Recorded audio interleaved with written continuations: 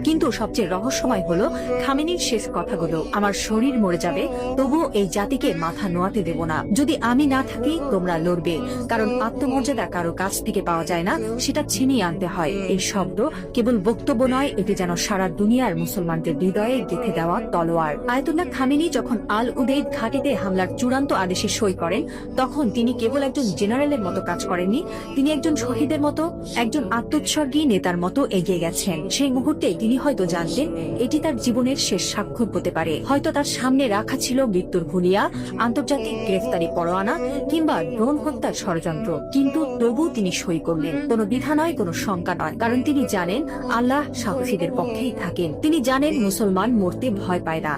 যারা আল্লাহর পক্ষে থাকেন তারা জানে মৃত্যু মানেই পরাজয় নয়, বরং আত্মত্যাগী বিজয়ের শুরু। এই একজন মানুষ এখন আর কেবল ইরানের নেতা নন, তিনি হয়ে উঠছেন সারা বিশ্বের মুসলিম উম্মার প্রতীক। একজন বিশ্বাসী, একজন অটল মুজাহিদ, একজন সাহসী পিতার মতো তিনি বলছেন, আমি থাকি বা না থাকি তোমরা লড়বে। হ্যাঁ মুসলিম উম্মাহ, তোমরা মাথা নিচু করো না। লা ইলাহা ইল্লাল্লাহ, আল্লাহ ছাড়া আর কোনো ইলাহ